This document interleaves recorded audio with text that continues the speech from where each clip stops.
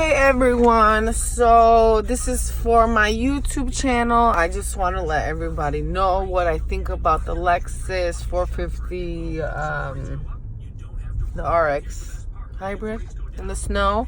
This would be kind of like the second time, but the first time the snow wasn't as bad. Now it's pretty bad. Let me see if I can flip you guys around and show you.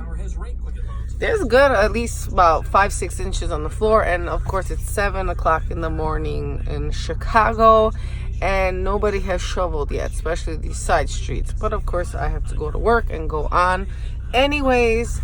Pretty much the car drives pretty good. I'm going only now like 14 miles per hour down a side street that's literally unshoveled and hardly anybody has driven in it either. So I'm making the path for everybody.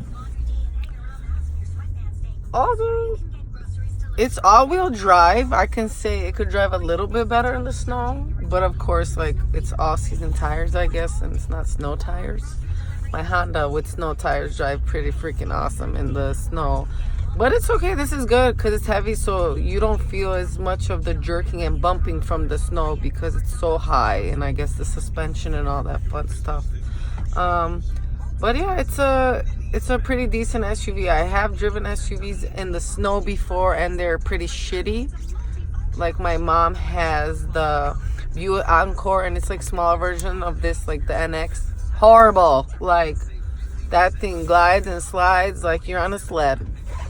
But yeah, so if you're considering getting a Lexus RX for especially winter times because of the snow, I'd get it.